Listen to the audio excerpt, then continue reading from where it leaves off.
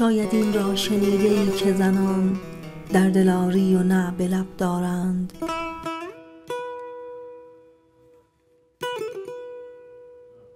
ضعف خود را عیان نمی سازند، رازدار و خموش و مکارند.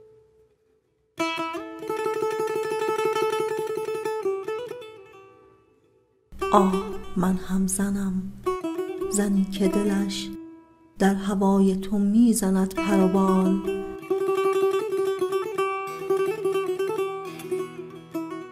دوستت دارم ای خیال لطیف،